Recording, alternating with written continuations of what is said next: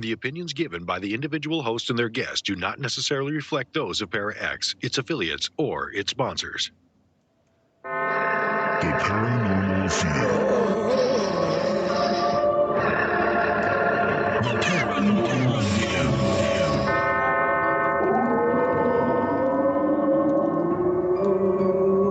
The Paranormal View. Time now for the Paranormal View. The Paranormal View on the Para X Radio Network. The Paranormal View. And welcome everybody to the Paranormal View right here on the Para X Radio Network. I want to thank everybody for being here tonight. Those in the chat room, we're glad you are here, and those listening from around the world, we appreciate each and every one of you. Tonight, we got a wonderful guest, and we'll be getting right into that shortly here. But if you are listening from somewhere other than here in the chat room, then you are welcome to come over to para-x.com and just click on the join the chat, and you'll be in here with all these wonderful people. You'll be able to interact with us and ask questions of our guests, or guest, I should say. And you'll have a wonderful time tonight. Last week we had a great show, and this week we've got one. And I'll tell you more about next week's show toward the end of this one, and you'll like it also. With that, because we do have a lot to cover tonight, Jeff, why don't you do an intro? Absolutely. Well, our guest tonight is Freddy Silva, who is one of the world's leading researchers of sacred sites, ancient systems of knowledge, and the interaction between temples and consciousness. He's the best-selling author of First Templar Nation and Divine Blueprint. His first book, Secrets in the Field, The Science and Mysticism of Crop Circles, has been published in 4 languages and provides the only thorough appraisal of this much misunderstood phenomenon. Freddy has also directed several documentaries, including but not limited to Stairways to Heaven, The Practical Magic of Sacred Space, Templemaking, and In the Footsteps of Isis. For over a decade, he has lectured worldwide with keynote appearances at the International Science and Consciousness Conference, the International Society for the Study of Subtle Energies and Energy Medicine, and the Association for Research and Enlightenment, as well as appearances on Discovery Channel, BBC, and radio shows such as Coast to Coast, and saving the best for right now, The Paranormal View. So welcome, Freddy Silva. Thank you very much. Thanks for having me back. Anytime. You're always one of those guests that we like to have come back. That's good to know. The last time that we had you on, though, we was talking about crop circles, because you had a book on that also. But tonight, we're off like in a different highway, you might say. And it's, I guess, kind of unusual, but then when you find out where you are from, it makes a lot of sense. Tonight, we're going to start out by talking about one of your new books, The Divine Blueprint. And I think what I'd like to find out to start with was, how did you get started down the road looking at the Knights Templar and the Holy Grail?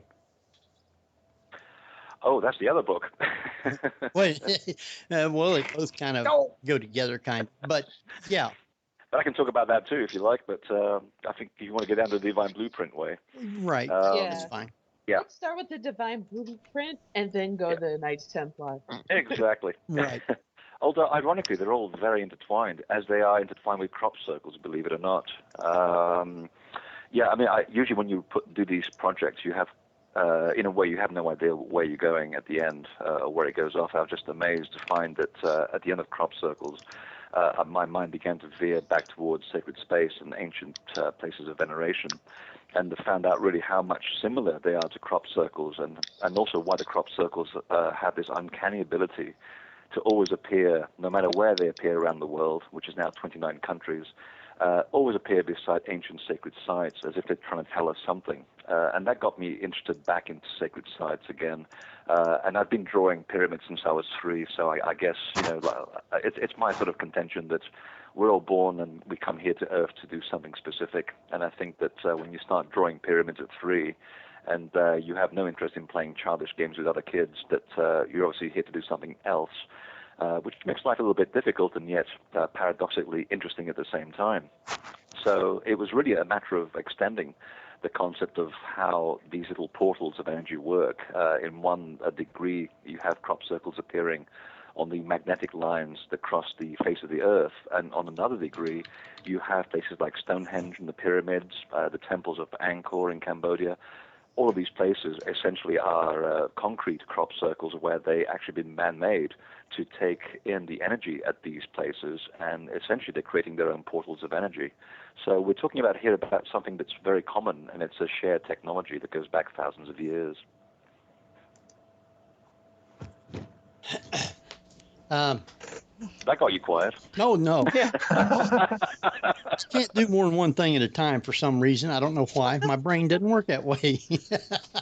Well, I'm curious as a correlation there, if the crop circles are appearing because the energy is already there and somehow it's tapped into that same energy. Well, actually, that's a very good question. Yes, it is. It's one of the things that I really got out of analyzing crop circles for a decade was this reference to ancient sacred sites. When the dowsers came in and started thinking that, perhaps these things are appearing at the crossing points of the Earth's meridians, and it turns out that, yes, they were. And then the fact that we had 80 eyewitnesses around the world that were saying, well, we sometimes see beams of light coming down from the sky. They rotate the crop circle appears in front of us.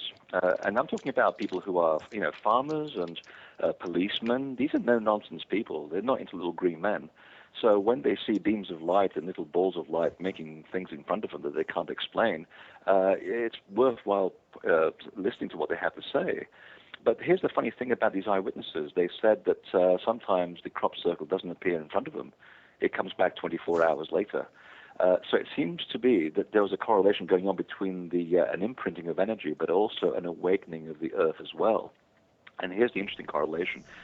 In the last 15 years, I have seen, and this can be easily validated, a huge rise in attendance in sacred spaces around the world. I mean, people are just suddenly gravitating to ancient sacred sites like no other time before. And I don't think that has anything to do with an aging population having more money to travel. I see young people, middle-aged people, they all suddenly feel attracted as though something's woken up. And I was very much sort of into the belief that, yes, there is a correlation going on here, that we are attracted to temples for some amazing reason. Well, it's interesting that about 2,000 years ago, when the Roman Catholic Church showed up in Europe, they began to shut down the sacred sites. We haven't really built sacred sites for the first time in history for 2,000 years, and suddenly the crop circles show up. They're built exactly on the same principles as a pyramid, as a Stonehenge, and it was really by chance that I was working on the energy imprints of sacred sites in England, not knowing that only a few months later, real crop circles would appear beside the temples I had just measured energetically, and found that when the circles appeared, they carried their own blueprint of energy, which can be measured. And this blueprint was able to traverse along these magnetic lines, and it actually began to change and alter what was already present at the local sacred sites. So in a way, these imprints are awakening something in the temples that has been sitting there, waiting, that has been dormant for quite some time. So the proof is the fact that so many people suddenly feel the need to attend these sacred sites, and inevitably that might just lead to an awakening. Mm-hmm. Now, you were talking in your on your website a little bit about people who go to different sacred sites, and you find the one that you're interested in is almost like having a PIN number. Oh, and yeah. and I find that interesting because astrologically, people are made up of different types of energy. Some people are water energy, some people are fire energy. Do you find correlations astrologically with the type of people and the type of sacred sites that are out there? are there such things as more water sites, fire sites, earth sites? Oh, very much so. I don't know about the correlation astronomically, but it would not surprise me at all, because when you come down to it, it's just a matter of geometry and numbers, and that's what we're all made of. And when you look at the temples, as I've done for so long, and began to question why some people go to the Great Pyramid, and there's a perfectly good pyramid next door to the one in Giza, and some of them go in there and they come out looking a bit sort of, well, not well. Some come out looking as if they've just met God, and then you put them into the pyramid next door, and they have a completely different reaction. And that's where suddenly the penny dropped, and I began to wonder, is there something about the combination of forces at these places, the geometry in which they're built, the stone, and etc. And then I began to realize that, yes, there are subtle differences between the pyramids, for example, because we tend to see them all as a pyramid, but they're not. You look at the slope angles of the pyramids in Giza and all throughout Egypt, and they're all ever so slightly different. And I've taken tour groups for as long as I can remember to these places, and I don't tell anybody anything. I don't like to suggest things. I like people to come up with their own ideas and experiences.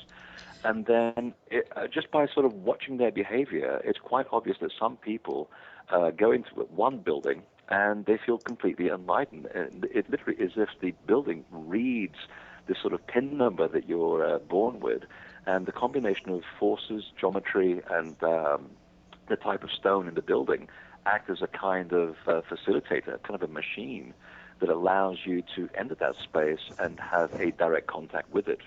And the people who don't, they basically just leave, or they leave very ill for a very short amount of time. It's as if the building's trying to tell them that this one really isn't for you. You should go to the one down the road, because that one's still slightly different. You probably would like that one. And I see it happening again and again and again. And if you look at the ancient mysteries and the schools and what they taught, they said exactly the same thing, that each temple is designed specifically for different people to have different experiences at different times. Now, it comes down to sacred geometry, though, because the Mayan pyramids, which are basically the same type of shape, attract a different type of person. Absolutely. And even the slopes are slightly different. And the orientation, it also has something to do with it. So it's a sort of combination of different elements that goes on in these places, which allows for a certain environment. And it's the best analogy I can draw is, for example, if you're a person that likes punk music and you walk into a record store, and I know they're getting very rare these days, but if you can go back 10 years, there were a lot of record stores. Yeah. You go into a record store and someone's playing classical music. Well, there's nothing wrong with classical music, but if you walk in with a certain, your body being charged by punk, then you're not going to like what you're going to hear, and you're going to either not feel right, or you're going to walk away. And the same thing will happen if a person that likes classical goes into a hard rock store. They might not have that kind of experience because the sound of the place will be jarring. And that's the best analogy I can draw, but I can say hand on heart that the people that do go to these places, that it's as if the place actually calls out to them. And I hear this again and again on trips where people felt that, for years I wanted to go to Britain, I wanted to go to Stonehenge, but now I really have to go.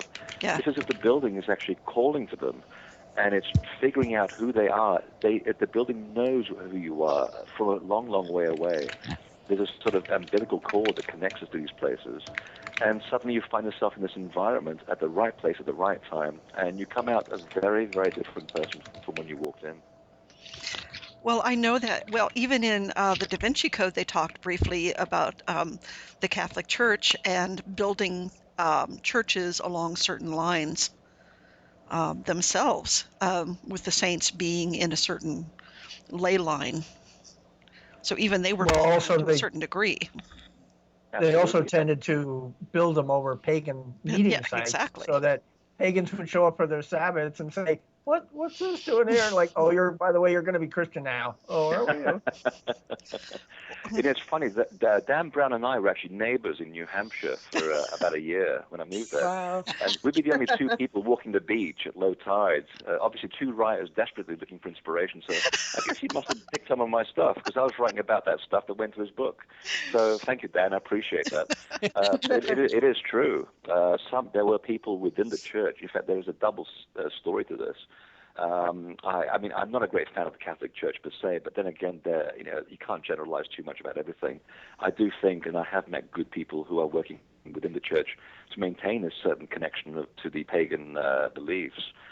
This is why you find more images of the green man in churches in Europe than you do of Jesus. You can't explain that unless someone within the buildings wants to maintain that connection. And yes, when they were superimposing the churches on the original pagan sites, it was to essentially get people to go to church because no one was doing it. I mean, they realized that for thousands of years they went to these standing stones, sacred wells, and what have you, and something really worked for them. It did something to them, as it still does today.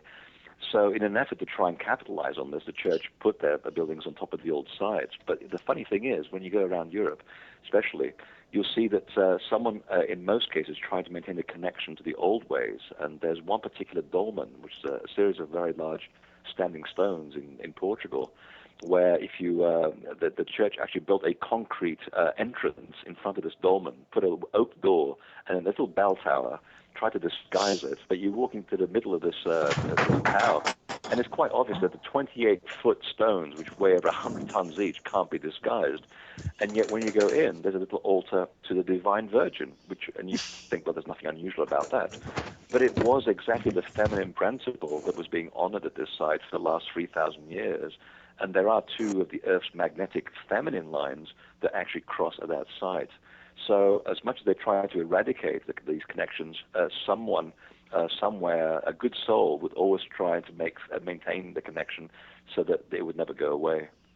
Interesting.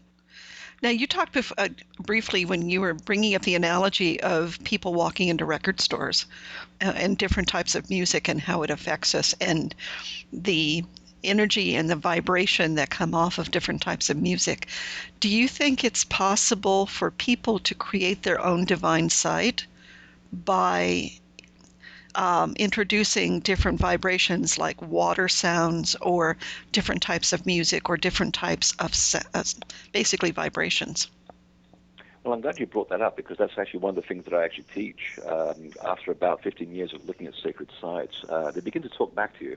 And I began to wonder, being a very practical person, if you can't take a person to the sacred site, can you bring the sacred site to the person? And once I figured out that virtually all the temples in the world are built on 7 laws, and I call it the law of correspondence because the way that the temples work is because they correspond so closely to universal principles of nature.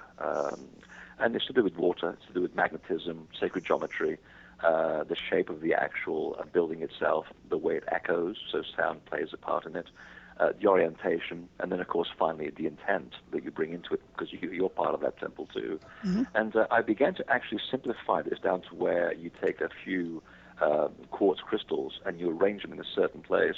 In this case, in my living room, from where I'm speaking, there is a pentagonal temple in my living room which acts exactly in the same way as the Great Pyramid. And I guarantee you that the center of this geometry, where the actual energy hotspot is that I've created, it didn't take me more than half an hour to do this.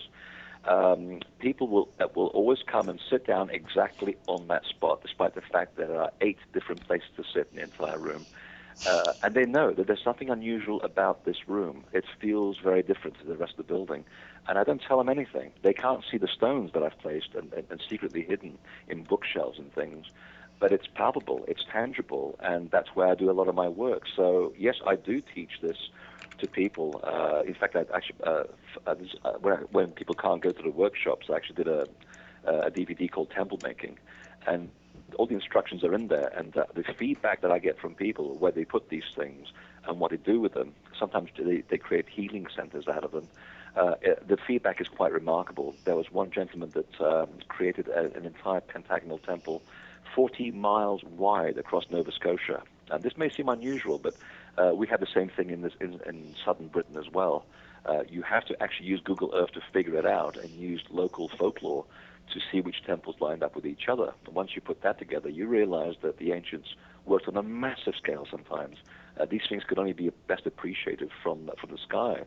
But yet in Nova Scotia, this man went out with GPS, put stones in specific locations, anchor them according to the geometry of the pentagram, the symbol of life, and he's trying to influence a certain area where he feels the energy is so dark and so mashed up that it's making people feel ill. And apparently the effects are beginning to be felt right now. That there is a certain vibration, a certain resonance in that part of the country, and people, without realizing that this has happened, are beginning to react to it. So these things that were built for us thousands of years ago certainly are alive and well. There's no reason why none of us can recreate this in their living rooms, in their verandas, in their backyards, even across an entire city like Washington, D.C.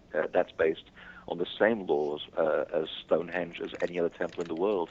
And of course, it depends who's in power in Washington, because some of the presidents in this country, they realized that this stuff really works. Some didn't, but quite a lot of them did, being Freemasons.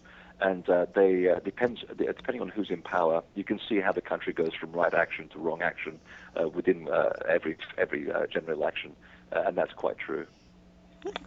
Now, the temples that were built around the world, not all of them are still standing, but the ones that are not standing, is there power still in those areas?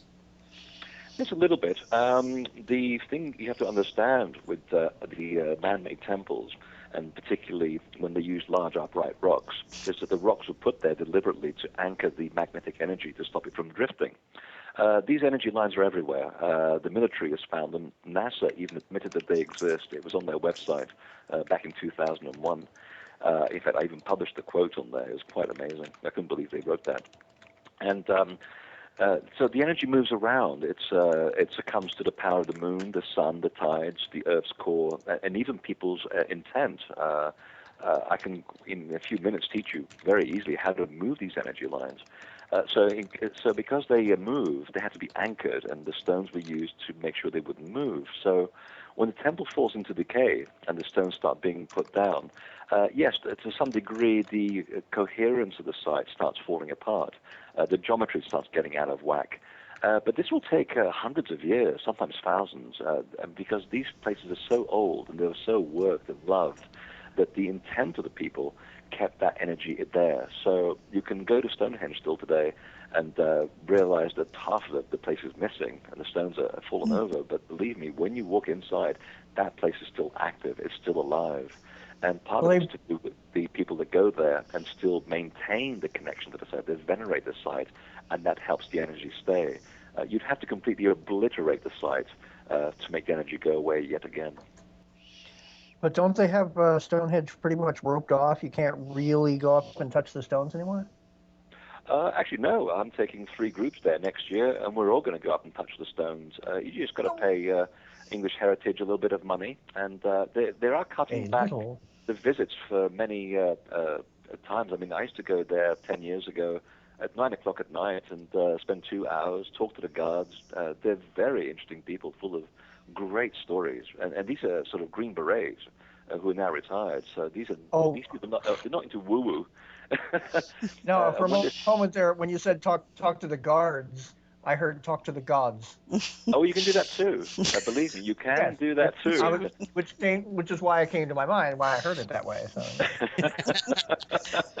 And in this case, the guards are the gods, so you've got to treat them nicely.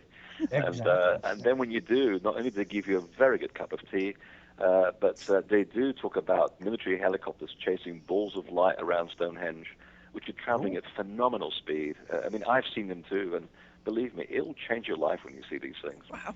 Oh, they're probably just trying to get into the Pandorica. Oh, wait. Yeah. In your book about crop circles, didn't they build there was a crop circle not too far from Stonehenge? It's one of the most famous cases, actually. Back in 1996, there had been about 80 eyewitnesses. Most of them most of the crop circles appeared during the daytime hours of 2 and 4 in the morning, but there are those few cases when people do see them in bright daylight. And this was one such case. And in order to paint a picture of what's going on here to anyone who doesn't know, Stonehenge sits on a 35-foot elevated plain. You have a perfect view around it for 360 degrees. And only a few hundred yards away, there is Britain's highway, which connects the center of Britain to the south. And of course, being Britain, it's one lane going north and one lane going south. So about 5:15 in the afternoon one Sunday, there's 1,000 people walking around Stonehenge looking at the stones. A few hundred yards away in a wheat field, a crop circle suddenly manifests in less than 15 seconds. And we know it happened very quickly in bright daylight because the guards go around every 15 minutes and they look around, making sure that no one's jumped the fence. And they went around at 5 o'clock, 5:15, nothing there. They came back at 5:30, and there's a huge spiral made of 149 logarithmic circles in a perfect concave spiral suddenly laid out in front of them. And unless hoaxers were levitating above the field and playing with invisibility, there's no way they could have been caught. No one saw anything, except for one cab driver who was actually going northbound at that moment. He states that quite clearly he was jammed on his brakes, which is a very dangerous thing to do on a main highway in Britain when everybody travels at 100 miles per hour. And he jammed on his brakes. It caused a major tailback for 5 miles. And he stood on the hood of his car, and he saw this beam of light come straight out of the clouds like a cookie cutter. And he said that the whole field was filled with this mist, as if there was some kind of a heating effect going on. And within seconds, there's a crop circle in front of him when the mist lifts, and that took less than 30 seconds. So we actually have an eyewitness now that actually saw the whole thing happening. Lucky man. Now we have got questions coming in all over from the chat room, and I think Kat, you said you had one first, so why don't you get yours out? I have one, and also Kat in our chat room. We both had the same brilliant question, which was, do different pyramid constructs, i.e. slope, step, mound, flat top, etc., create different vibrations? Are there different vibrations in different places depending on the reasons built? Absolutely. Each one is built to a different ratio, a different environment, a different orientation, and of course latitude has something to do with it as well. So basically, they're all designed to do very different things. Again, it's like having a stash of records in your library, and you pick out one because you happen to be feeling a bit sort of moody one day, or you pick out another pyramid because you want to feel a bit more elevated. And again, the texts are very clear that each space was designed to elicit different feelings. And all you have to do really is look at, for example, the way that energy moves around a slope rather than a step pyramid or even a conical mound. Energy behaves in very, very different ways. And that begins this sort of sensory activation of your electrodes on your skin as you approach it. And anyone that's been to one of these places pretty much knows that the feeling of excitement hits you about a quarter of a mile away. You barely had a chance to see the place, and the place already knows you're there. And there's an interaction between your energy field and the building. It's like two radio stations trying to tune into each other. So yes, they do alter. And of course, if you had inner chambers, if you do measurements of the inner chambers, you also find that they're all designed to slightly different musical notes. I believe the inner chamber of the most famous pyramid, the Giza pyramid, is designed exactly to mimic the pure octave. So it's a 2-to-1 ratio in music. Ooh, that's interesting. Now, does that does that arrangement then set the tone for how the energy moves within the pyramid? Sorry, how the energy moves within the pyramid, because obviously, it doesn't just flow through, but I assume it surrounds it somehow, and energy is kinetic, so it must move in a certain pattern within each of these geometry sites. Oh, very much so. If we look at some of the eyewitnesses of the Arabs in the early 20th century, they kept noticing how energy builds up around the pyramid in Giza and moves in a certain conical fashion all the way up to the top, and then discharges in what they call the jinn, these elemental spirits. The different thing happens in the man-made pyramid in England. It's called Silbury Hill. It's not really a pyramid per se, it's actually a conical mound, but essentially it's another phallic object that's pointing towards the heavens. And on one very lucky occasion, I was lucky enough to be driving by it and saw this big discharge of energy come out straight out of the actual summit, very different to the one in Giza where the energy goes around the sides of the pyramid and then it goes to the top.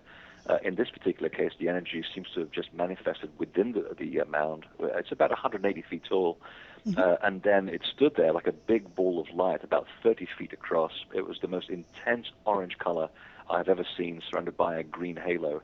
And I've seen enough military flares in my lifetime to know that that was not a military flare. And it stood there for about 45 seconds, and then it just burst like a big bubble. It had little dots, like those yellow dots that you find on apples, circling all around it. Absolutely magical. And I know physicists who've seen these things happen all over the place. So that's just a sort of an example of how two different pyramids, and I'll put that in inverted commas, can move the energy within and without to behave in a very different way. So you can imagine what happens, for example, when you go to the bent pyramid, which has two different angles, and the chamber goes under the ground. I can tell you the energy there is very, very different from what you'll find in any other place because, again, it is designed to stimulate certain parts of your anatomy that are not designed in other places. Mm-hmm. So the pyramids, say in Central America, which aren't really designed with inner chambers, but pretty much all the activity happens outside, they're going to have a different vibration to them. Yes, and even the sculptures that they have there form part of that design as well. I mean, for example, when you have serpents which are sticking their tongues out at you, that's usually an old concept for energy, for earth energy.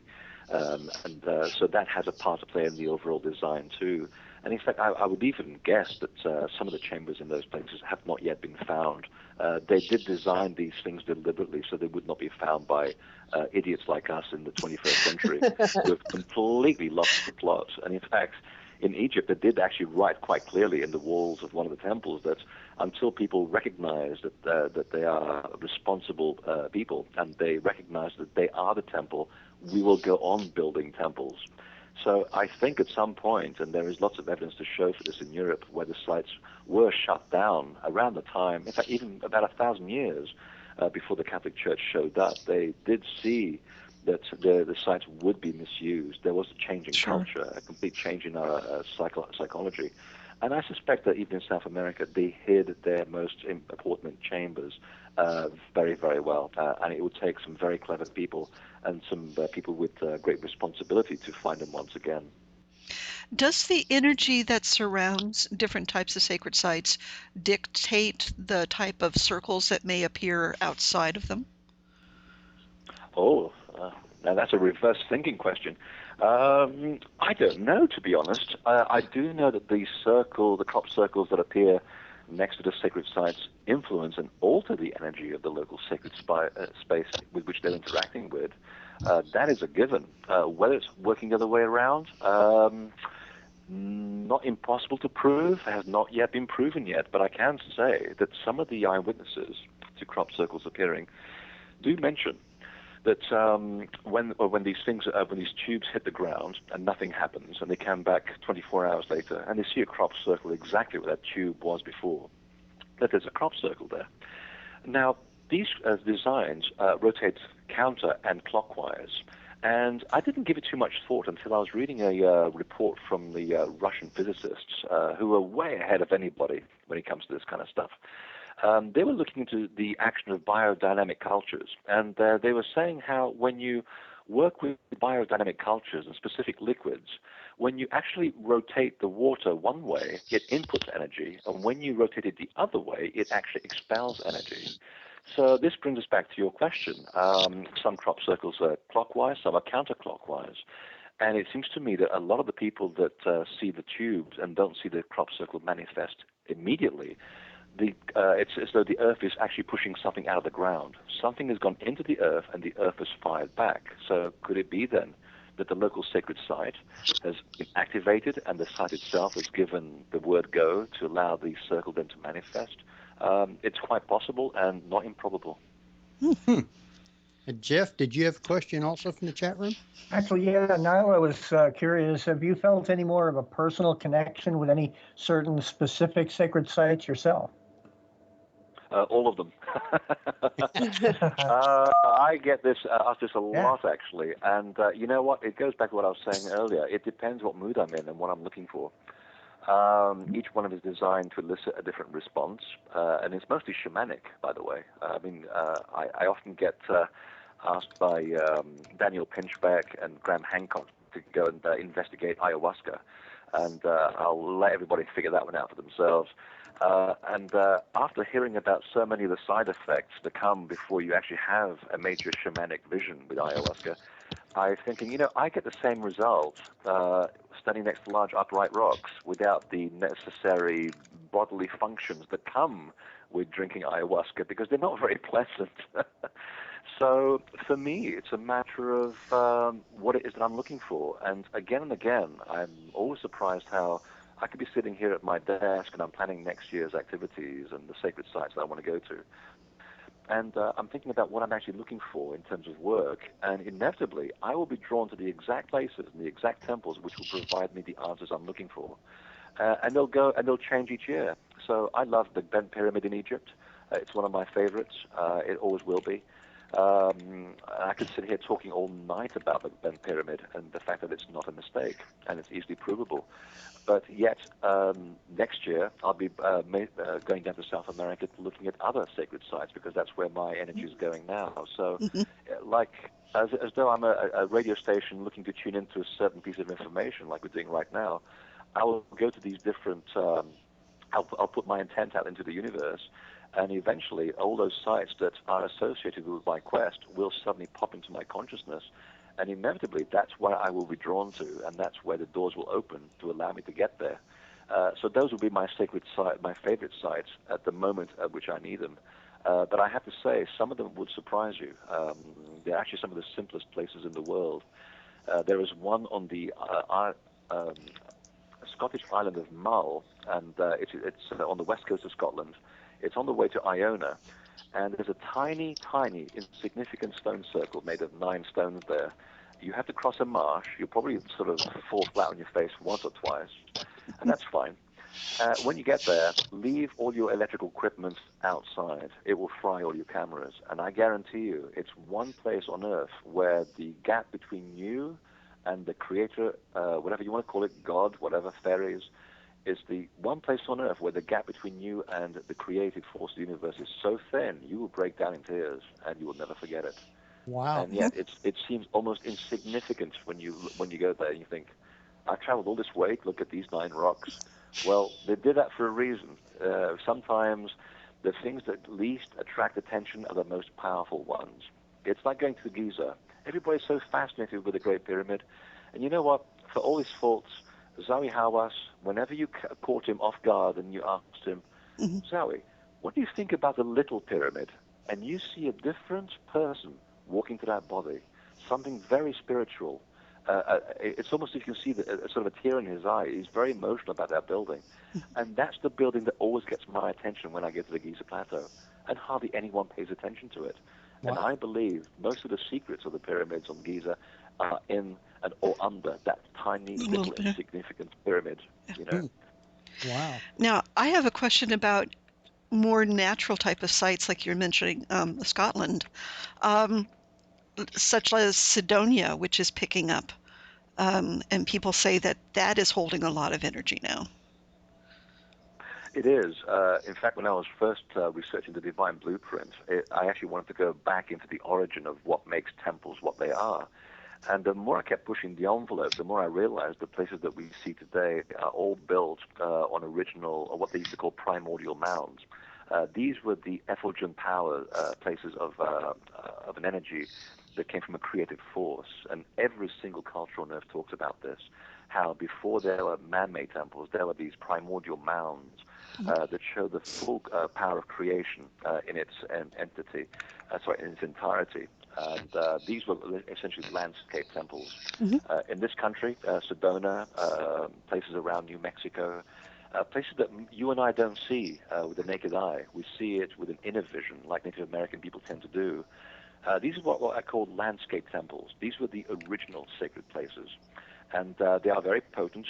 There are a couple of places in Sedona which are indeed very potent. A lot of them are, they're tourist attractions, sure. And you can read into that what you may. But certainly Bell Rock, and to a slightly less extent Cathedral Rock. But Bell Rock has been very, very potent for the Sinawa people for thousands of years. And there is a definite, I can only describe it as a sort of a junction box for energy lines. There's so many of the Earth's meridians going into that rock that it sets your hair on end as soon as you get there. And in fact, from a slight distance, when it's backlit, it kind of looks like a UFO. So these natural energies are everywhere. And in fact, there's one outside of Santa Fe. It's owned by the Tewa people. It's called Sikumu. It's the sacred hill. And you go there and you think, well, where is it? Well, it's not there physically, but when you actually allow yourself to just feel the earth around you, you'll feel there's something very profound on one of the particular parts of that place. And I can't really say where it is because I'm sworn to secrecy, but local people will tell you where it is if they find out that you're doing the right thing. They don't want the energy to be polluted. Right. So you go there and you stand there, and it's just like sitting in the middle of Stonehenge. It's the same energy. It's the same connection to this vast well of information of what I can only describe as pure love in some ways. And there's a wonderful creation myth that the Hopi describe, and it tells you exactly the connection between sacred space and these beautiful landscape temples where this energy seems to appear naturally. And the creation myth goes something like this, that once the created people, he or she sent one of these people down to the South Pole with a drum. As you do when you go to the South Pole, you take a drum with you. And just to annoy the penguin. Yes, forget the boots, take the drum.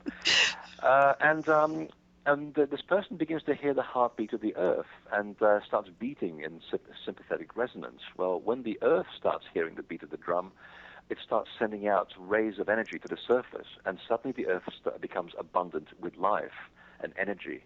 And they called, and they looked at this energy and realized that the earth was a creative entity. But the creation myth says there were some spots on the face of the earth that were more abundant with this energy than others, and they were called the spots of the fawn. And these marked the location of the original sacred sites, which when people forgot the story of creation, men would build temples on top of them, so we will always know where to go. Now, I've got a question. But I think what we'll do is I'll wait till we come back from break, because it is break time. And I'll ask it when we come back. Yeah, because I only have about 150 more questions. Yeah, so do I. I mean, the subject is so immense that once you tap into it, the doors keep opening and opening and opening. It's what they call being part of the mystery schools. You are actually now involved in the mystery secrets, and we're touching on very light levels here. Yeah. But this is stuff that was guarded with your life back in the old days, and still is to some degree. Yeah, but you can see how you get drunk on it. It just feeds you, and you keep going back and again. More and more, yeah. Well, I guess what we'll do is see Kat. I guess it's going to be you. So we're going to take us a break about 8 minutes, somewhere around there, 10 minutes maybe. And we will be right back with more. So, Kat? Okay, everyone. You are listening to the Paranormal View with your hosts Henry Foister, Jeffrey Gold, Barbara Duncan, and myself, Kat. Tonight, our guest is Freddy Silva, author of The Divine Blueprint. There's more fascinating bits after the break. Whether you're listening at home, at work, or anywhere, thanks for making Para X part of your day. Your source for everything paranormal, Para X. And welcome back, everybody, to the Paranormal View here on Para X Radio. And we'd like to thank all of our listeners here in the United States, in the United Kingdom, Ireland, Australia, Canada, and France. Welcome all. And we'd like to welcome back our special guest, Freddy Silva, author and the person responsible for my insomnia tonight, because I'm going to be up thinking about all of the stuff we're talking about right now. And just for fun, we're all going to change accents. Okay. Well, now I can talk like this if you'd like, And Jeffrey can do the same thing too. Yeah. I have to get ready for my London trip. Yeah. Ready for coffee talk. Now I've got a question from Rookie in the chat room. and he wanted to know what was their purpose for creating different moods in people. Creating different moods in people. So they can become more confusing. I think what they mean is to create different energies in people. If that's the case, then the whole idea, and I'll backtrack here for a second, every single ancient culture that's ever existed, and that includes esoteric societies, secret societies. These are the ones that are working for right action, by the way, not the ones who are trying to control the world. They recognize the human condition for what it is. It's the soul that's trapped in a physical vessel. And the whole purpose of living your life was to do everything possible to establish a connection as soon as possible, as early as possible in your life, so that you'd have a revelation of God, for lack of a better word. And that revelation connected you with a much greater universe of information, of experience, of sensitivities, sounds, smells, etc. And once you define a good level of competence with getting out of the body and having these shamanic moments or inspirational moments, the more you realize that you have a certain degree of self-control over the world around you, your thoughts. And when you have control over that, you have control over energy, natural laws, and you can, to a certain degree, live your life conscious of what's around you, and you can manifest things in a way that's according to your higher self. This was the central aim of every single society on Earth that was trying to achieve a higher spiritual aim.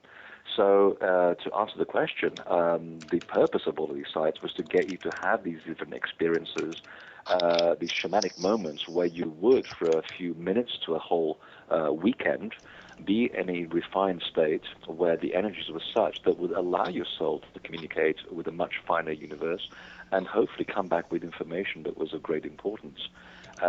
So they had a word for it. It was actually called the raising of the dead.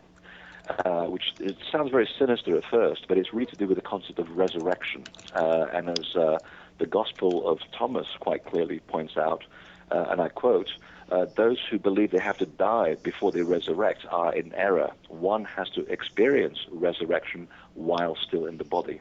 And he was talking about one of the initiation principles that even people like Jesus were privy to have these moments where you do connect with an outside force which allows you to become knowledgeable that you are much greater than the sum of your parts. Mm-hmm. So by waking different parts of your physical body and slowly getting them reconnected back into the spiritual matrix, you do become much more superabundant. You then have to be very careful about things such as your ego, your thoughts, because you start manifesting things around you, and unless you have a degree of control of this, you can, develop, well, you can develop into a maniac, for one thing, a complete demigod, and a complete sort of fascist dictator. And a lot of these people in the early era in the European history quite clearly showed that they were very much into the supernatural, and they wanted to learn what the esoteric people had known in order to gain control and power of entire nations. The last ones we know about only happened about 80 years ago. They're called the Nazis. They were looking for exactly the same stuff that you and I have been looking for to have a spiritual moment, and it was all to do with power and control.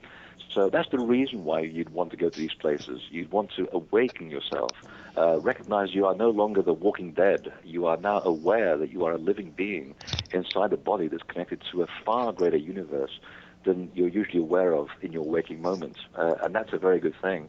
And it's a dangerous thing, and it's a powerful thing at the same time. But a sensible person that's in charge of this information knows exactly how good and how much good can be done with it. Now, would that be similar to like what they say in the Bible about being born again in the spirit? In a way, although it has been misused recently for entirely religious reasons. Most of the people that are discussing this concept of being born again really are in error. It's just a matter of interpretation of the Bible, whether it's literal or whether it's metaphorical. And it's quite clear that people that originally wrote this book and the books that actually make up the Bible, most of the good ones being the ones that were banned, and that's where you'll find the juicy stuff. they do quite clearly maintain that all of these stories and concepts were all allegories and metaphors. They're not supposed to be taken literally. In fact, they actually discussed, and this is going back to the Gospel of Thomas again, the Gnostic Gospel of Thomas, said quite clearly that anyone who believes in organized religion and also the rising of the body after a crucifixion, you're believing in a faith of fools. And he actually says and uses those exact words. The whole thing is supposed to be metaphorical. It's supposed to be a description of very complex concepts, which you and I would spend 5, 10, sometimes 20 years understanding before you were allowed out of the building with these ideas so you can go and practice on your own. They were very serious. This stuff can be very, very dangerous if used in the wrong hands. And in my years of working with this stuff, I have seen both ways. I mean, hopefully I'm wise enough to know when to use things for the right action and when not to go and use things for wrong action. I think I've done pretty well so far, and I've been a fairly good teacher at that. But again, it's about having a personal experience. It's about you being in total charge of yourself and being quite restrained with the way the energy is moved, just like in a way that you wouldn't want to move an atom bomb. It's one thing to create fireworks for make you happy. It's not a thing to pack a lot of gunpowder in a metal object and blow up an entire nation with it. So it's the same thing. You're using the same repository of energy. It's how you handle it that makes the difference. Now, were a lot of these temples built like on ley lines? Yes and no. Most people's concept of the ley line is to do with energy. It's not. Energy lines and ley lines are two completely different things. The ley lines are geometric alignments between temples, and yes, they are aligned to the ley lines. But this is where it gets into a very gray area, because there's a lot of stuff on the internet and in a lot of books where people just sort of connect all of these dots and create these incredible things. And unfortunately, unless these sites are connected by a certain history or a certain concept or a certain idea, you can't just connect these things willy-nilly, because then you can create all of these magical ideas, but they're all coming from your own head. But once you start doing some serious research and connecting things which have a commonality about them, maybe they were used for exactly the same purposes, or they all have exactly the same geometry, then yes, there is a sort of a global plan that starts emerging quite clearly. And the more we start digging under the surface and discovering more ancient temples, like the one in Turkey, that incredible hill that's made of 18 different artificial stone circles. The name escapes me right now. But you start realizing that all this was part of a huge plan. And in fact, when I was talking to Graham Hancock a couple of years ago, when I was writing the Divine Blueprint, and I dedicated a chapter to how the most ancient sacred places in the world are aligned to a very specific grid, it suddenly dawned on me that he'd actually come up with the same concept years earlier. And without wanting to plagiarize him, I said, I'd actually approached this from a completely different angle that you did, but we came to exactly the same conclusion, and it's absolutely right. And it does show that when you actually take the numbers of the Earth, and this is to do with the wobble of the poles, which is the 25,000-year cycle, and you start dividing it by the geometry of the Earth, which is based on the pentagonal, the values of the pentagram, and you apply those as a grid based on those specific numbers of the pentagram, because only those numbers appear in that geometry. If you basically strike off all these longitudes, you do hit all the world's major and oldest sacred sites. So it does show that there is a very big ley alignment around the world, showing that there was a forethought to all of this. There was a long-conceived plan. And one of the reasons why they kept rebuilding on top of their sacred sites was to maintain this plan for perpetuity. So despite all the cataclysms that have befallen the Earth, and of course a typical human stupidity as well, we still have a lot of these sites available, enough of them to reconstruct the plan. And then you get a sense that there was at one point a very big mind behind this, as though they were trying to create self-help centers for the human race, so that when we lost the plot, we would know exactly where to go and how to reenact it. Was that not the purpose, though, of some ceremonial or ritual? On the severe side, something like the Delphi oracles, where you went underground for sometimes a month in complete darkness to sweat lodges, which totally. which strip away some of that ego, and bring you back to shock, basically, with sensory overload in a lot of ways. Oh, I totally agree. In fact, in the Greek times, there was a group of priests that were called the incubators, and they basically learned all of their stuff from the Egyptian mystery schools, which by then had fallen in decay. And they kept it going, and it was about a sensory deprivation program where the initiates would go after years of training. The middle training would be actually to get out of the body and see the world for what it really is. And yes, when you're in the dark, your pineal gland is working overtime, and your ego starts getting into all kinds of dead ends. You start seeing all kinds of demons and negative forces coming at you. But once you've actually stilled the mind and you've gotten rid of all that trash, now you're in a sort of a state of bliss, and that's when the interesting things start to happen. And it's just like driving a car. The more you do it, the more control you have consciously of where to go on these journeys of shamanic visions. So the sweat lodges would elicit exactly the same purpose, where for a couple of hours you would, under a certain guided meditation, reach out to these worlds, which are very real in their own level of reality as we are in ours, and you'd come back with some kind of information, some kind of message. Usually it was done, you'd start off your program by stating a certain intent or having a certain plan that you wanted to find, which then your subconscious takes into the spirit world, and by this magical process, you would then come back with the information that you requested in the first place. So yes, it's still going on today. Some of the initiations in the New Age world, as much as people make fun of them, if they're done correctly, they will elicit exactly the same response. People go into the Great Chamber in the Great Pyramid in Giza, and yes, if you pay people enough money, you will spend a whole night there.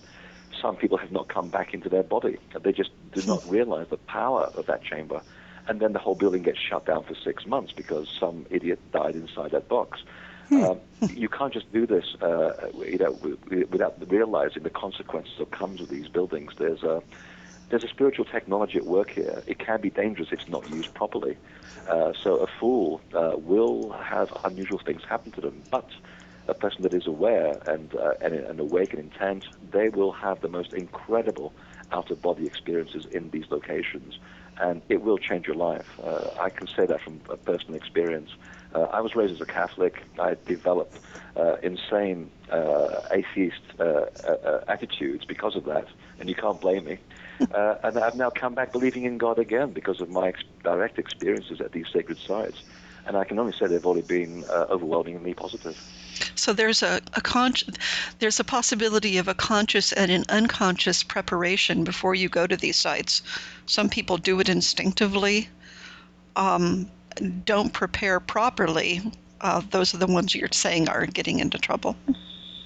Absolutely. And then, of course, there is a God that protects silly tourists, that they do have the right intent, and they go there with all the right reasons, and somehow they're protected from harm. And I've seen that a lot of times. Very innocent people that they want that experience, and they will get it. But they'll be brought back into the body pretty quickly within about 10 minutes, just to give them a hint of what is possible. And after that, you do your homework. You carefully go back and to part one and read the manual properly. Yeah, I do believe that there is a sort of a spirits or gods of silly people that do protect them from themselves. We have another question in the chat room from Kat, who wants to know your thoughts on basically feng shui and room shapes and how they affect energy. And do you think that feng shui does work to correct that energy flow within our own homes? Oh, I could tell you, but of course I'd have to kill you. Okay. It's feng shui, essentially. It comes from the same school of thought. It just happens to be the Chinese version of creating sacred space and moving energy and energy manipulation. It's in Rome. It was actually called the College of the Augurs, where these Augurs would actually treat a certain place, a certain part of the landscape, prior to actually even erecting the building, so that all the good portents and the forces that would then permeate the landscape would actually hold the building together. And just before the building was finally open for living in and for use, there was the conducted ceremony, which we today still have. It's called the inauguration. So the principle of feng shui is exactly based on the same movement of energy to make sure that I wouldn't call them negative energies. I say that they're energies which are not beneficial for the purpose of which you're trying to achieve would be moved from a certain landscape, and the ones that are beneficial to your intent would be driven there so that a purposefully designed building could be built which would promote health-giving properties. So, yes, this is part of a very, very old culture in China. Now, there was temples built all over Europe, South America, Mexico. Were any built in the United States? Not many. And I've always struggled with this. I wondered why until I went to Australia and recognized that they didn't build any temples down there at all. And you talk to a lot of Native American people and Aboriginal people, and a lot of them are still connected to the landscape, and that's why they didn't build anything, because they could see where the original landscape temples exist. They can see the energy. They don't have to build stuff. They'll just walk around in this meaningless desert, and suddenly they'll go, oh, I think I'm just going to sit here for about 12 hours for no reason at all, because it feels really good. I have a very funny word for this. It's getting the tingly winglies. And it does. There's something about the energy at these sites. You have to have a sense of humor about all this, by the way. There's an energy at these sites which is detectable with very expensive equipment or bent coat hangers, otherwise known as dowsing rods. And it's an electromagnetic field, and your body is also an electromagnetic field. And when the two combined, you do start getting this subtle sense that someone's rubbing you very gently, and you do start feeling slightly different.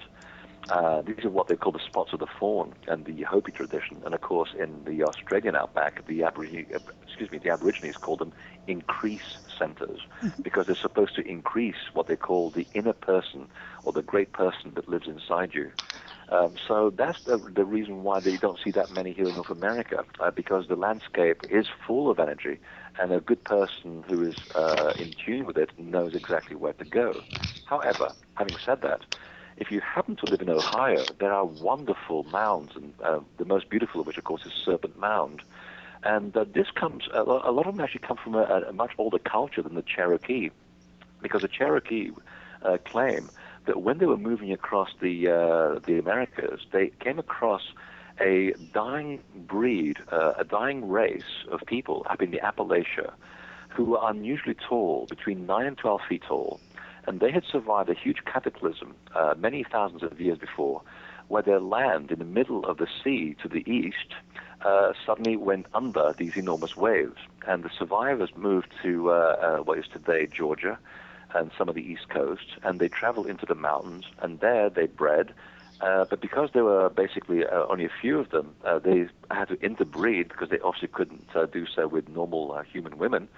And because of the interbreeding, they finally just phased out. But before they died out, the Cherokee took on all of their rituals and traditions and honored them and wanted to maintain them for posterity. And they still claim today that the original Serpent Mound and the mound culture of the Ohio was basically put there by these very, very tall people, and they had a name for them. They were called the Alawani.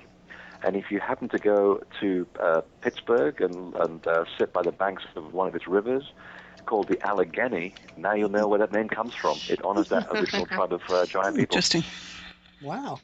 Yeah, I live here in Cincinnati, Ohio, and we have is a that where few you are? mounds actually in Island. And Henry is actually just north of me in Trenton. But we do have mounds here in the middle of the city. The closest one to me is in Norwood, which is about 5 miles away. So Exactly. yeah, in fact, and all of them are parks. for all of you conspiracy theorists out there, if you go to the corner of First and Main in Cincinnati, and the biggest mound was actually there at one point. It is now the Procter & Gamble building. I'll let you draw the conclusions from that. In fact, a lot of the towns and cities in Ohio at the corner of Maine were exactly where the original mounds are. There's still quite a few in Columbus as well. In fact, I just came back from Columbus, and there's one called the Shrum Mound, and it's a beautiful and very happy little mound. Now, we've talked about Earth being power centers. What about water? Because I know that for me, anyway, the ocean is a huge energy source. Well, of course, moving water has that wonderful thing called negative ions, which is very, very good for you. Recharges your electrical system. In fact, I just came back from the beach today in Maine, which, if you can believe that, in November, that's quite astonishing. And I feel much more recharged today. But actually, water is the fundamental law of correspondence in every sacred space around the world. That was the thing I found fascinating, that before you start building anything, you have to have water. I even found this running, there are water courses running under the Great Pyramids. In the Monument Valley, which when you go there is not a drop of water to be seen anywhere, unless you look very closely. If you happen to find the spiritual elder there called Leroy, and there's a whole very funny story behind his name, which I won't go into. Lovely chap, and he took me between these two enormous sand dunes, and you sort of drive through them, and suddenly you're in the middle of the Navajo sacred site. You can't see it from the desert floor, and yet right there is this beautiful, crystal clear, gushing stream of water running for about 100 feet, and there's a big juniper tree, and right there is where their sacred site is. So even in the desert, the water is fundamental. And it's interesting because it goes back to what NASA was admitting a few years ago. And I'm trying to remember the original quote on their website. It said, whenever we are trying to find the Earth's telluric currents, which is basically the energy lines, we first locate underground veins of water because the water will attract the telluric currents. And it is true. Water and magnetism and electromagnetism go together very, very well. And these are the two fundamental principles of every sacred space in the world. So the water, essentially, is trapping the energy there. And if the energy starts rotating in spiral form, which it usually does, that adds another layer of energy to the site, because that also will stimulate an electrical field in water itself. So we may look at water as being a very ordinary substance, but when it comes to temples, it's the most important ingredient. And this is the reason why when you go to these places, you'll often find holy wells either adjacent to the buildings or inside them. And that water is called holy water for a good reason, because there's a W in front of it. It literally is whole. The water is charged. And when you make the sign of a cross in front of you, without getting too religious about it, or you imbibe the water, something gets charged inside your body as well. And we now know from the work of Masaru Emoto in Japan, who crystallized water, looked at the way that your intent changes the shape of the geometry of water. Well, if you take your intent into one of these sacred buildings and there's water running in it, under it, or next to it, your prayer will actually go to the water. So the next person that comes along will essentially be drinking the prayers and good wishes of the people that came before. But here's another very important thing. Because when you actually start generating water and spinning it at a very fast frequency, once it hits about 32.72 degrees Fahrenheit, it starts to actually excite the very water that's inside your own body. So you're drinking this holy water, you're feeling out of sorts, you've got to the sacred site to make yourself feel better. You're drinking this water, and it's starting to change the chemical structure of the most abundant element that's in your body, which of course is water. Yeah. So no wonder you feel good at these places. The water itself is charged if you're drinking this stuff, so you're beginning to get a little bit more energized as a result of it. And in fact, science have actually taken samples of holy water and water from holy wells, compared it to normal water, and they found that the water from sacred sites is very, very excited. It shows millions of little vortices whirling around at very, very fast speed, as though the water itself is alive and breathing and definitely energized. Oh, I believe it. I have about a 16-year-old bottle of Glastonbury water, and That stuff is wonderful. It's still in great shape. Start drinking it. Now, of course, in a lot of the old ways, water meeting the shore, as you said, you went to the shore today, that's considered the tween places between the land and the sea, just as streams and such, which are very highly magical. And are you aware of the experiments where you take water and you put it in like a jar, and you put a word on the jar, like on a piece of paper? either a very positive word, very uplifting positive word or term, or a very negative word. And when you freeze that water, the crystalline structure takes on whatever that intent is. Like if you wrote happy or generous, it would be very like really pretty crystalline structure. But if it was something like anger or something, it would be like really ugly. Yeah, that's what I was mentioning about the work of Masaru Emoto. He was the gentleman in Japan that actually showed that very clearly. And in fact, there's a strange story behind this. Because when we discovered this, we began to actually bury vials of water inside crop circles to find out if there was some energy that was imprinting itself on the water. Because the real crop circles, and not the rubbish made by people, because there is a lot of rubbish out there made by people, but the real ones, they always also favor water, either large deposits of underground water, rivers, streams, ponds, anything. In fact, the two biggest concentrations of crop circles in the world, which is southern Britain and the North American prairie, sit on the two of the world's deepest aquifers, and that's the connection. So when we began to bury bottles of water inside the crop circles and left some at home to use as control samples, we sent them off to Jacques Benveniste in France, or should I say the late Jacques Benveniste in France, who was the man who was single-handedly responsible for validating the scientific efficacy of homeopathy. And he found that, and by the way, he didn't know where the bottles came from because that would invalidate the experiment.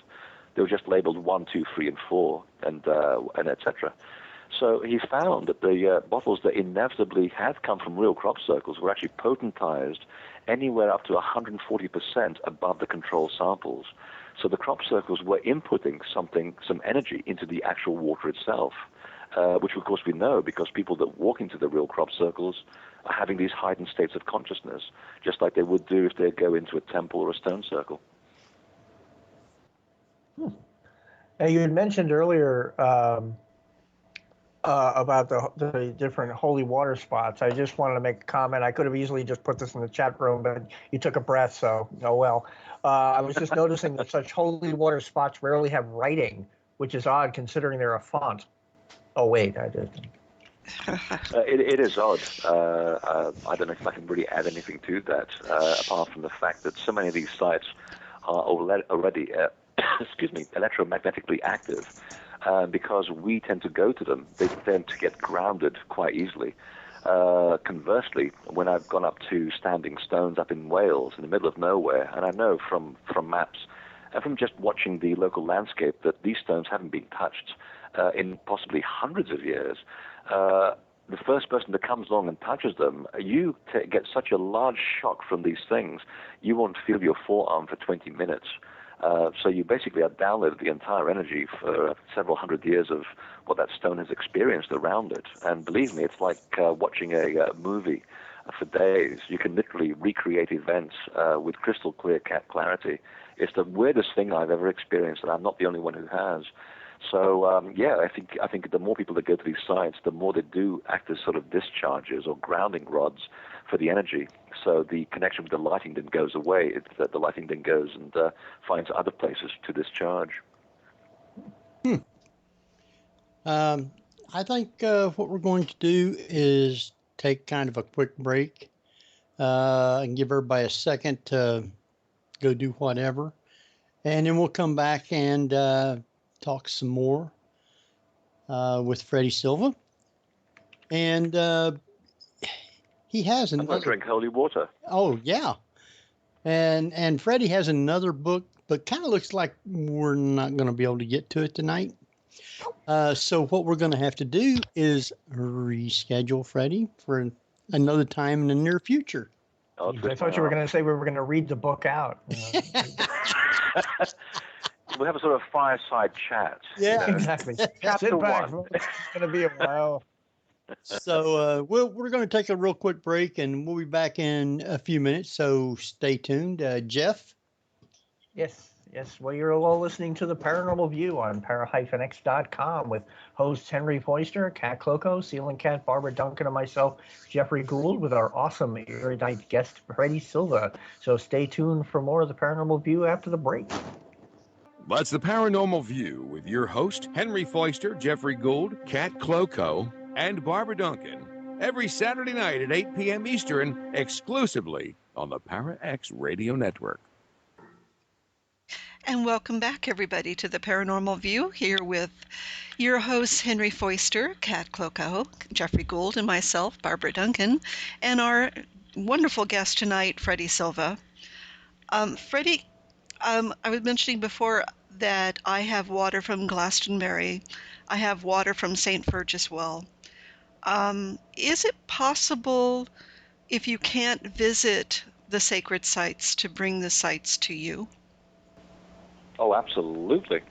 Well, water would be one wonderful way of doing so, and you've already demonstrated that very well. But, one thing I always tell people in Glastonbury when we go there is drink the water, drink lots of it. It's very good for you.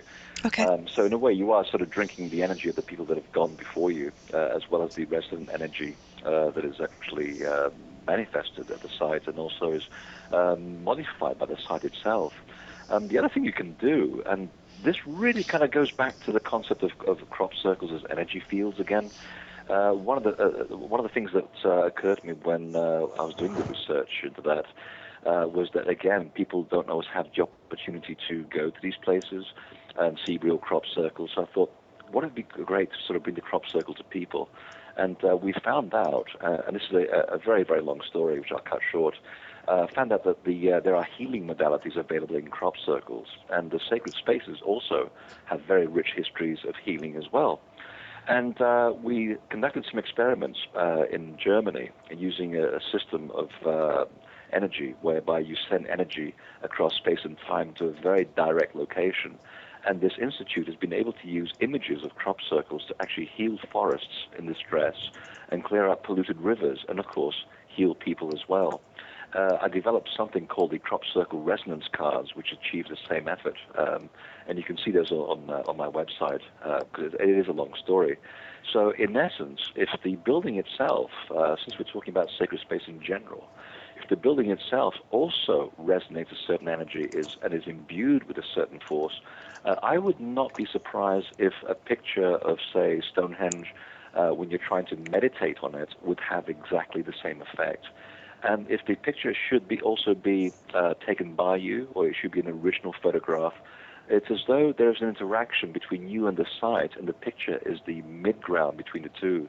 I think then that there's something about the energy that is actually trapped in that photograph, and it stays with you. And so whenever you use that as a focal point for meditation, say, like Egyptians used to use statues as a way to focus their intent about something, then yes, I think the energy of the site does come home to you, and you can interact with it. It's almost a sort of a gross way of thinking about it. For example, if you did meditation and just thought very clearly about the place where you're trying to connect with, there would also be a way for the energy of that place to also be within the aura of your own building where you happen to be doing the meditation.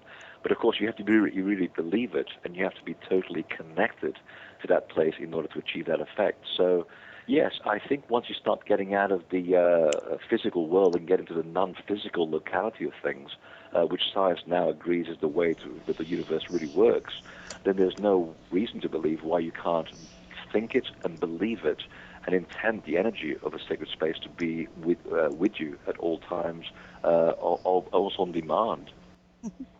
Now, we create our own sacred spaces within our own, well, I do anyway, at least. And I'm sure that those people who walk certain pathways do create our own sacred spaces within our own homes. Obviously, those aren't as powerful as the sites themselves, but they do create sort of a protection, correct? Absolutely.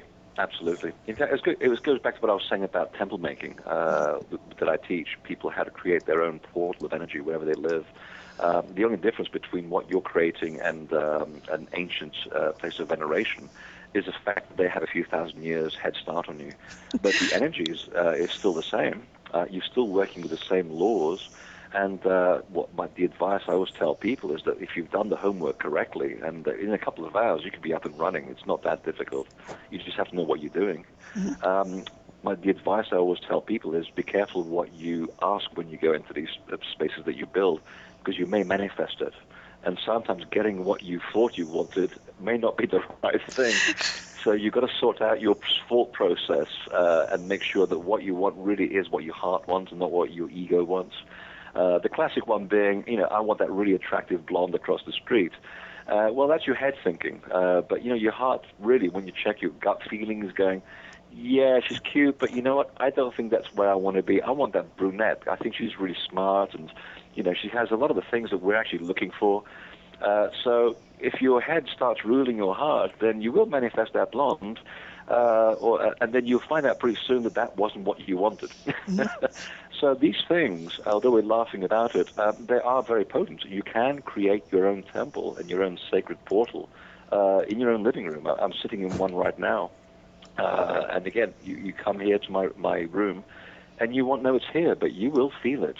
And that's how you start creating that sense of magic and power. And the more you do it, and the more people come and work with it, and the more the intent stays in the place, now you've got the makings of your own Stonehenge. And in a few thousand years, who knows?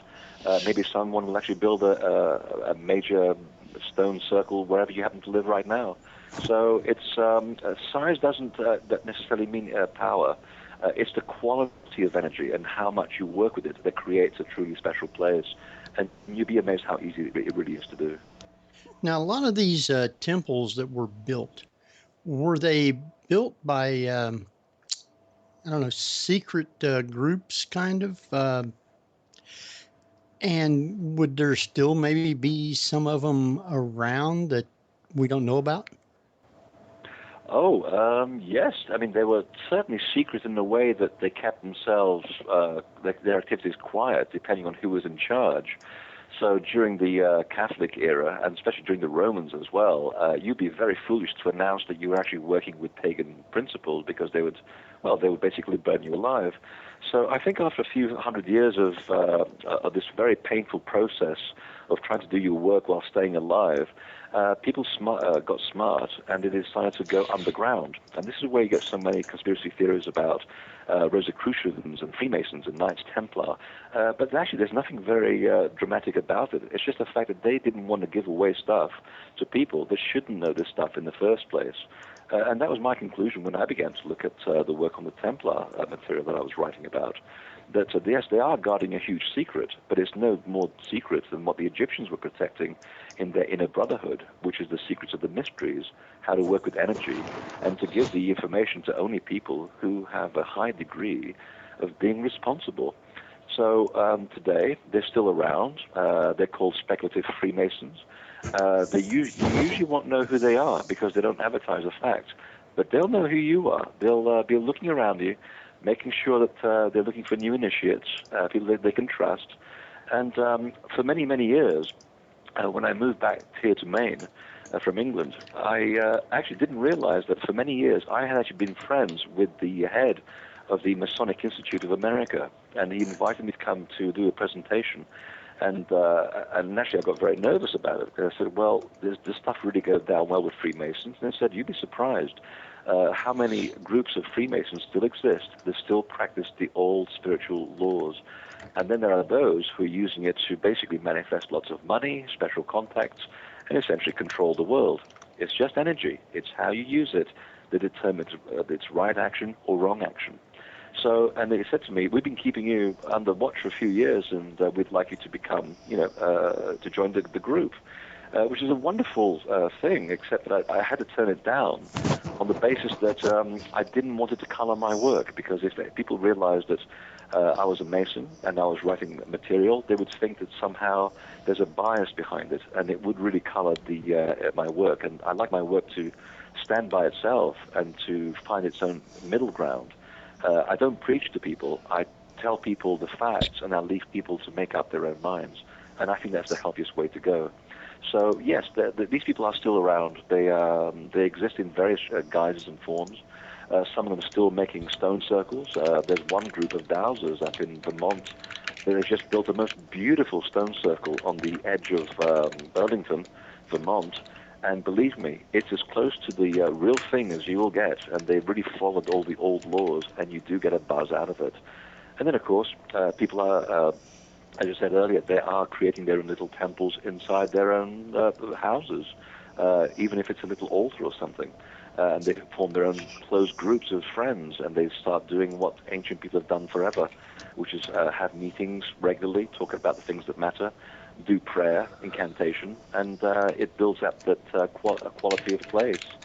So it's much more prevalent than you think. There are groups everywhere working very quietly doing this.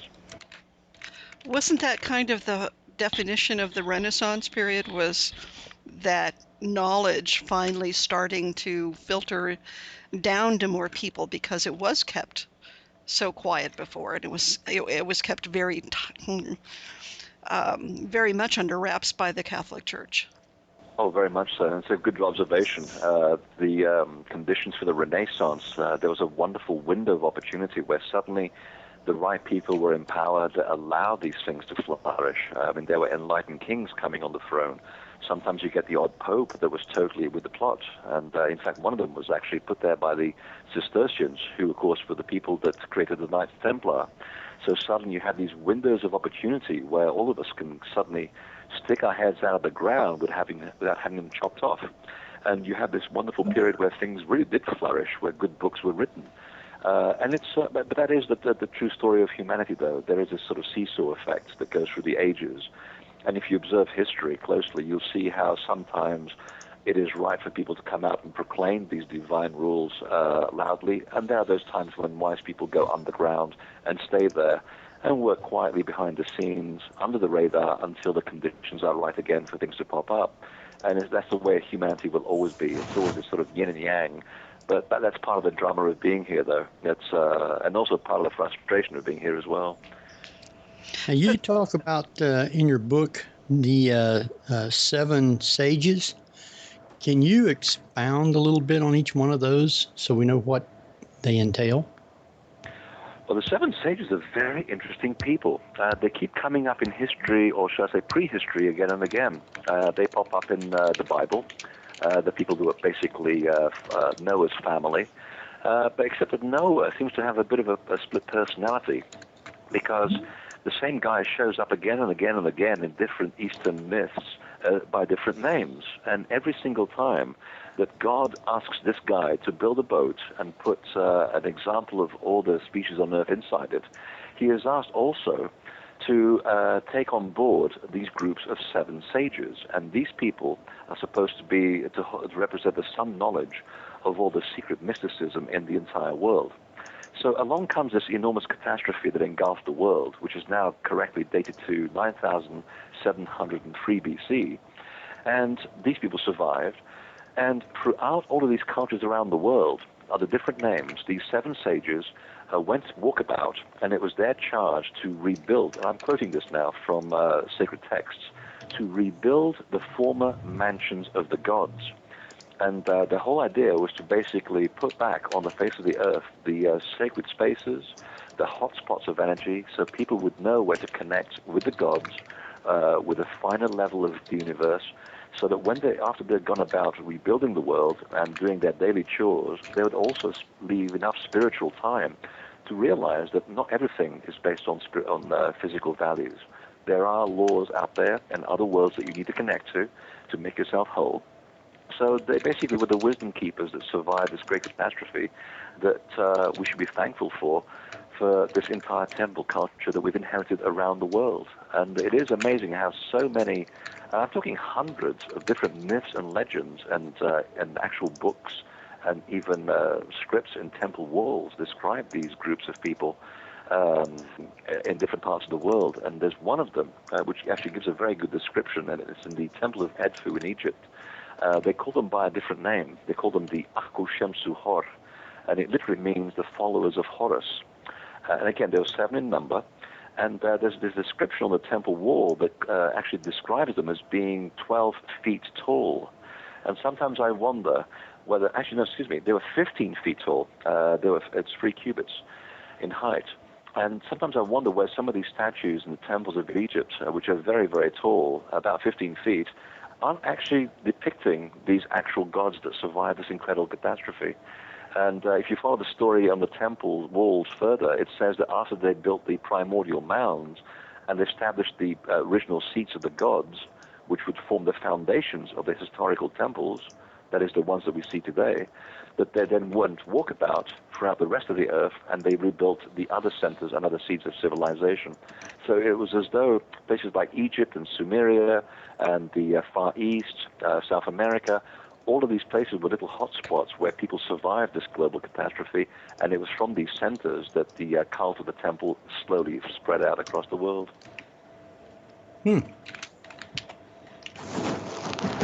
You're all deep in thought and very quiet. I like it. It's a lot of interesting information. Yeah, it is. Now, So now, essentially, what I'm looking at under the seven sages is they seem to be Grecian in origin. Are they in other cultures as well, or mainly through there? They're all in other cultures. They call them by different names, and they come in various guises, but essentially they're all 7 in number, which is essentially a metaphor of the music scale, and also the 7 colors of light that we see. So all of this is not by accident. All these metaphors are meant to mean something. But they do, even in South America, they also appear with Viracocha and the 7 shining ones that come over this floating ship over the horizon. They land in Tiwanaku. They build this incredible temple, which is now dated to 15,000 BC. And it was from there that they went off to promulgate the knowledge of the gods to the rest of mankind. And it was thanks to them that they built all the culture of temples in South America. So they do pop up everywhere. And I do believe, to some degree, they also appear in Native American lore. But that one is much more of a oral tradition. You really have to know the right people in Native American tradition for them to be able to tell you these things. And they don't rebuild the stuff lightly. But oddly enough, the musical scale is actually 8 notes, hence being called an octave. Yeah, but the 8 is the repetition of the first, so there are 7 notes technically. Yeah. Okay. Well, Very true.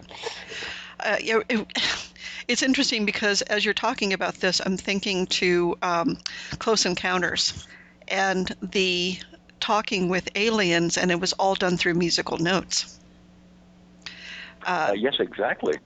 And it seems to be, we keep coming back to energy and vibration as being the main means of communication. Well, here's a funny thing, and I'm glad you brought that up because it stirred my memory about something I wrote years ago in my first book about the crop circles. And I really wasn't looking for it. I got pretty close to understanding that crop circles are by and large made with sound. And I dedicate a whole chapter to proving that, and it's never been disproved, so I accept that it still holds water. When I was looking at certain connections to why the crop circles would be made with sound, and why so many of these references are made in sacred texts, that in order for the creator to make life, it's always to do with sound and light, the principal forms of creation of the universe. I also discovered that there are certain notes that are found within crop circles, and all the notes correspond to the diatonic music scale, which is essentially the do-re-mi. Now, we may think of the do-re-mi as essentially a Western creation, and to a certain degree it is, because different cultures have different music scales. So the do-re-mi in China makes absolutely no sense. In India, it doesn't make even less sense, because they work with half notes, which to our ears sounds really weird. But the funny thing is, there was a wonderful gentleman called Yehudi Menuhin, and he actually did some unusual research, onto why it is that every single child around the world, before they've had a chance to learn sound with words, they sing in the notes of the diatonic music scale. In other words, the do-re-mi seems to be inherent in the actual human DNA. It's something that we're all born with before we actually learn how to formulate words in our own specific culture. So when you have sacred sites which are tuned to musical notes or sounds, or you have crop circles that are working with sound, but also because of their geometry, they also have inherent specific notes in their geometries. And why these places, both temples and crop circles, have such a profound effect on people, well, now there's that commonality, there's that common touching point, because those notes are inherent in who we are. So if you're going to try to talk to a species which seems to be precocious and hard to get along with in the first place, the path of least resistance, if the people that you're trying to connect with don't accept their visions and their imagination as being communications from a finer universe, then you communicate with them through music, the basic notes of the music scale, because those are hardwired inside you, and you'll know what they mean when you hear them. So you mean sort of like the way the walls of Jericho were felled by an apparent sonic weapon? Absolutely. If you find the right vibration of any object, you can either do profound things with it or you can destroy it. There's a wonderful case in France about 100 years ago when they were trying to figure out why it is that the French policeman's whistle could be heard across more blocks in the city than any other whistle in the world. And they built a large version of it in a laboratory. They pumped compressed air into it. And all they heard was this loud noise and this thud where the technician just collapsed dead. And they found that the sound frequency generated by that whistle liquefied the technician from the inside. Wow. That's how you not work with sound. When you get to Princeton was the looking CIA into all not of being this. used to. Well, Princeton were fascinated by the interaction between spirituality and consciousness and science.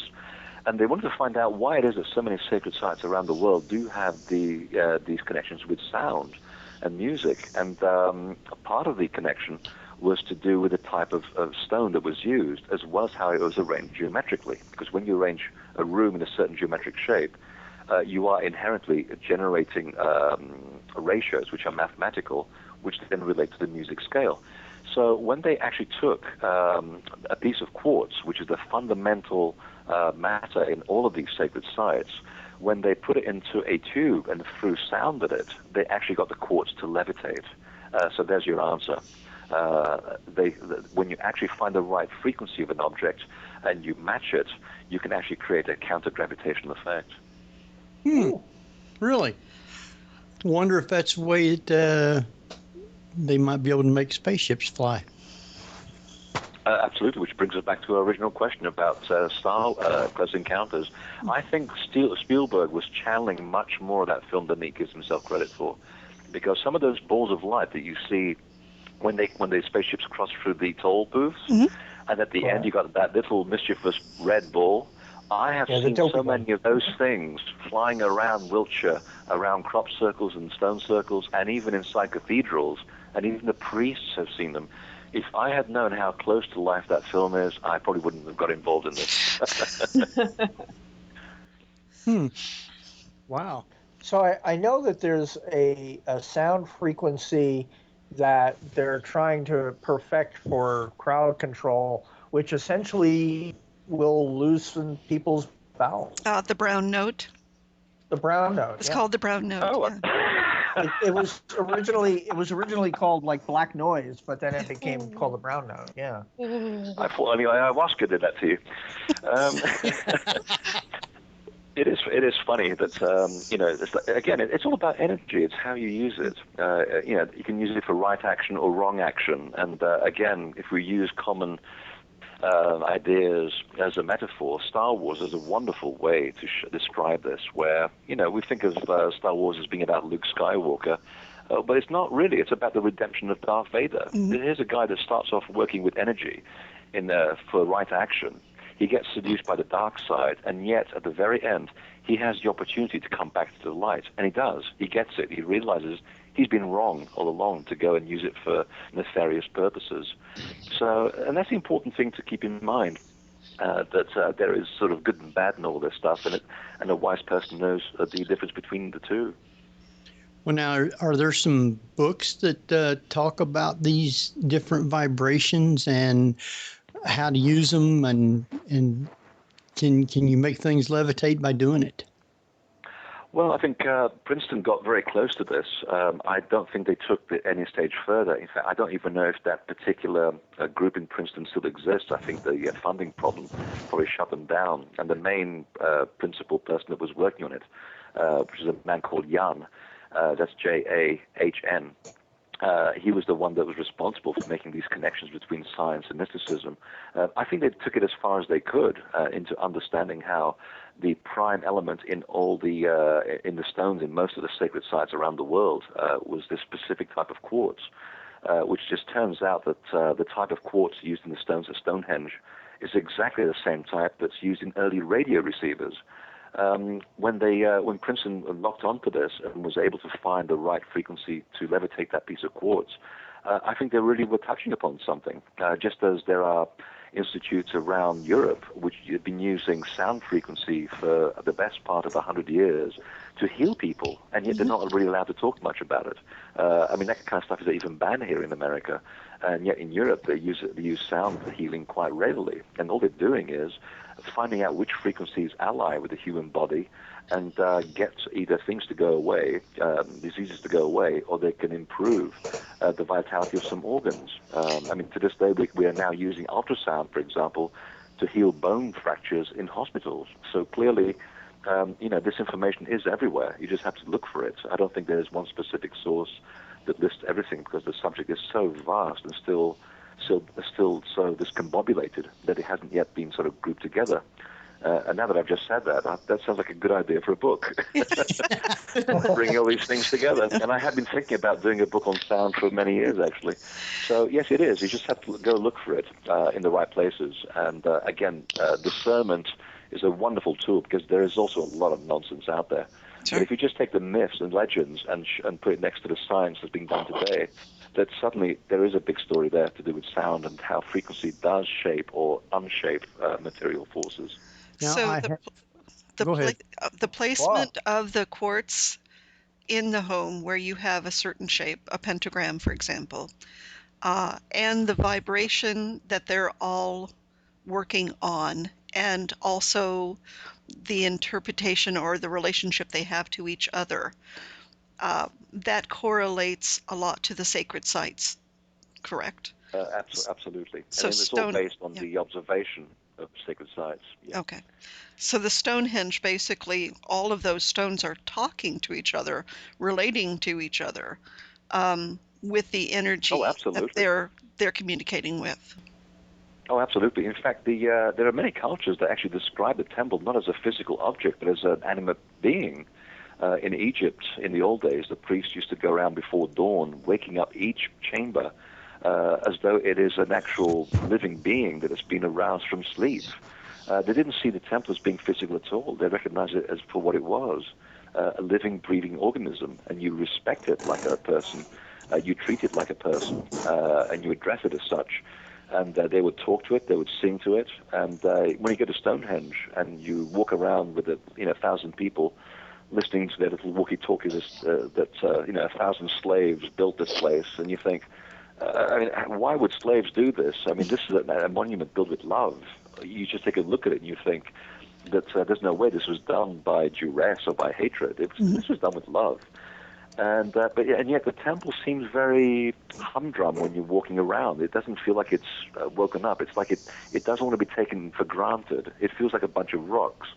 But when you go in the evening and you've got your special access and you go there at night quietly, the place is different because it feels that you are there to respect it. And believe me, saying this sounds a little crazy on radio, but when you go there and you respect it and you go there and show it the proper respect, the place comes alive. It's bigger than it actually seems in real life.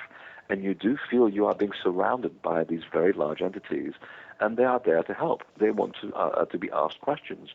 And I cannot honestly think of any situation where anyone has not come back from that place feeling absolutely altered, which is the reason why we have altars in temples, because they're there to alter you. And so, yes, the stones are living organisms. They are living, breathing things. And there was a gentleman in France years ago that measured the frequency in the stones in Karnak in France.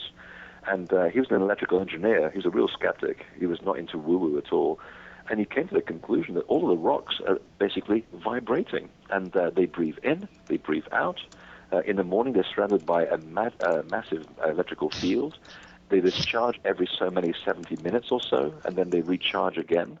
And if they're not discharged after a certain amount of time by lightning, the first person that comes along, it gives them an electric shock. And this is a real hard-nosed scientist talking about the 8,000 stones at Karnak, that these things are moving, they are vibrating, and they're living.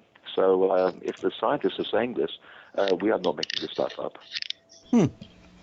Now, would that be vibrating like maybe a tuning fork or something like that?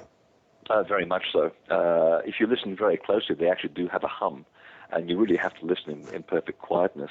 And this is one of the reasons why there's so many folklores around all of these sites that link them to sound, and the fact that they tend to move during the night, drink the water, and then they come back to their proper places in the morning. These stories are all around the world by people who supposedly didn't talk to each other, but they describe the same thing, that these things are like antennas, they're like tuning forks. Their shape and size and their relationship to each other reflects a different kind of energy, a different frequency, and each one of them draws you to their bosom for a different reason all the time. And I don't think they were making it up. I think when you go to these places and you experience them, it really is quite true. I've never been to, I've seen so many standing stones, and each one of them is totally different. And you'd think that you'd be bored going to these sites, but you never are. They really have their own personality. They have their own characteristic and feeling and energy, and each one of them will elicit a different state in you. Wow. Well, I hate to say it, but our time is just zipped right on through. Oh, and, no.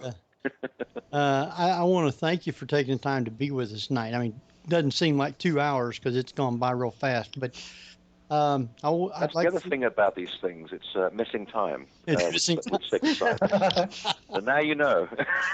I want to thank you again for being on, and I want you to stay on till after we're off, and we'll talk with you for a few minutes and thank you. But right now, why don't you give out your sites where they can get your books and read all about you and follow you and all that good stuff? I think that's a good idea. There's nothing better to do, and winter's coming along anyway. You want a couple of very, very thick books on your table for those dark nights, and you can find them at invisibletemple.com. And there's all kinds of little freebies there, free chapters and things, all kinds of offers. There's DVDs and things, and there's lots of free information, and that should keep you out of mischief and away from texting silly messages for quite a while. Unless you're texting messages about my work, and then I don't really care. I've had I got talked into buying a cell phone, and I think I make 2 phone calls every year. I actually use it as an iPod. It's so wonderful. Wow. I've never texted. I don't do that either, and that's why I don't care for an iPhone. So don't really need them. But Jeff, won't you give out our make it look stuff? very intelligent, though, for some reason. Absolutely. Well, you can go to my website at jeffgould.net, GEOFFGOULD.net/2011 PNV. That's 2011 PNV.htm. And that'll be my Paranormal View hub page, which will have all of the links to each of the report pages, previous shows, archived podcasts, both there and on respective report pages. For instance, tonight's report page will have links to Freddy's books and a few of his DVDs.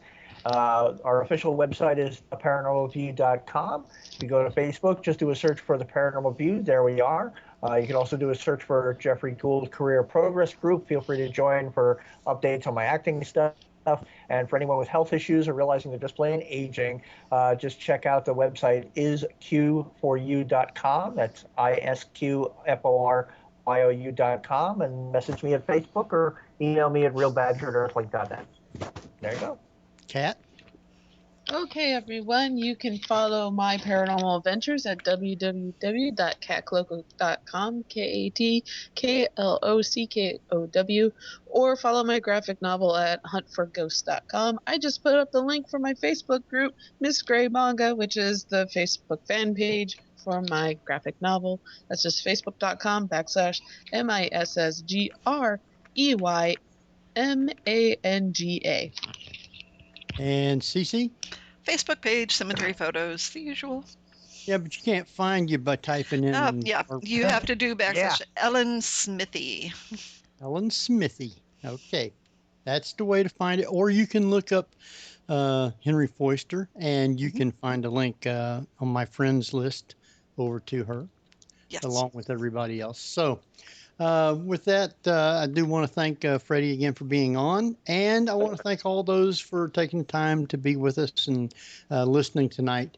Next week, we will be having a tarot reader by the name of Nyla, who will be on for a while with us. And so tune in next week if you want to try and get a reading.